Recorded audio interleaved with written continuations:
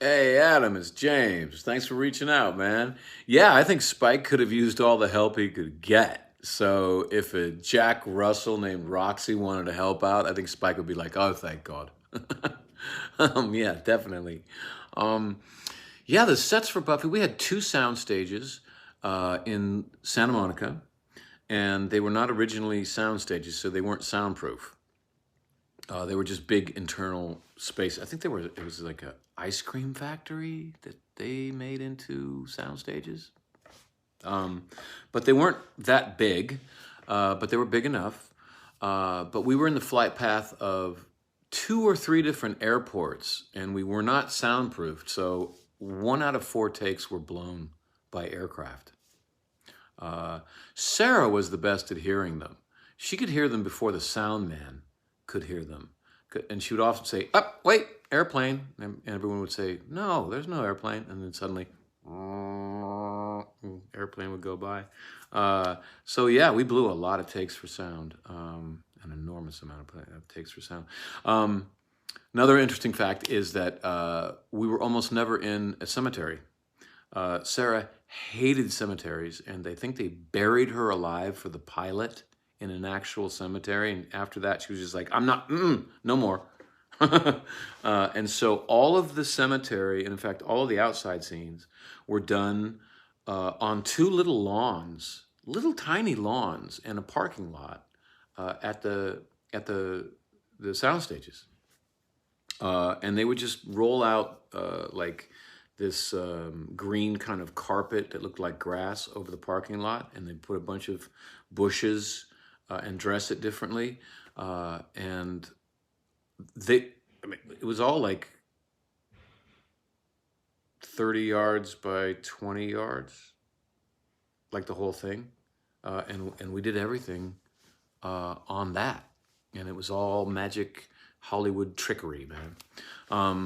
The other cool thing about the sets is that uh, we they put a large amount of the budget building outside sets. So instead of going on location and spending their money doing that, they would just blow a big bunch of money in the beginning of every season and build out a couple of streets of Sunnydale. And when I first started filming there was nothing built, and we were just filming uh, alleyway scenes using the back of the soundstage wall to make an alley look, make it look like an alley. Um, and there was nothing else. And then over the years, they would just make another storefront, just a little bit more. So by the time we were ending, we had a whole kind of downtown Sunnydale built. We had a main street with two side streets, and so we had our own little Universal City Studios. We had the outside sets, we had the inside sets, and it was awesome.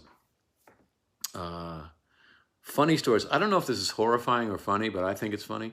There was a time that I lit myself on fire for Buffy. It was in season 3 where Spike falls asleep. He passes out because he's drunk. He's heartbroken that Drusilla left him. So he's been drinking. He passes out outside, and he wakes up in the morning because the sun is lighting his hand on fire. And I wanted that gag. I wanted that stunt. And they kept saying, "No, James, that is actually the most dangerous stunt in all of Hollywood. It's an unprotected burn gag." Usually when you see a person lit on fire for film, it's actually their clothes burning, not their flesh. But for this gag, there's no clothes on the hand, so they would just dip my hand in a protective gel and then dip it in the fuel and then light me on fire. Uh, and they were like, "No." And finally, I broke them down and I said, "Okay, you know what, James? We think it's stupid, but you're only in one episode this year. And we'll just do it as the last shot. So if you have to go to the hospital, I guess, okay." And I was like, "Cool." And so we got on the set, and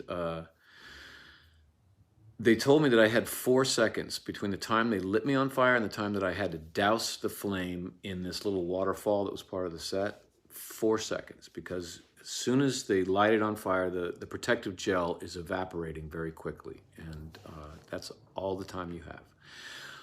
But I thought that wasn't enough time to tell the joke, which is watching Spike wake up hungover, looking at his hand, going, "Am I dreaming? What is going on? I'm on fire!" And I thought that needed 6, 7, 8 seconds to tell that visual joke. So they said action, and I took a little extra time, and I doused my hand, and it started tingling, and I was like, oh, I think maybe I burned myself. And then they said, let's do another take.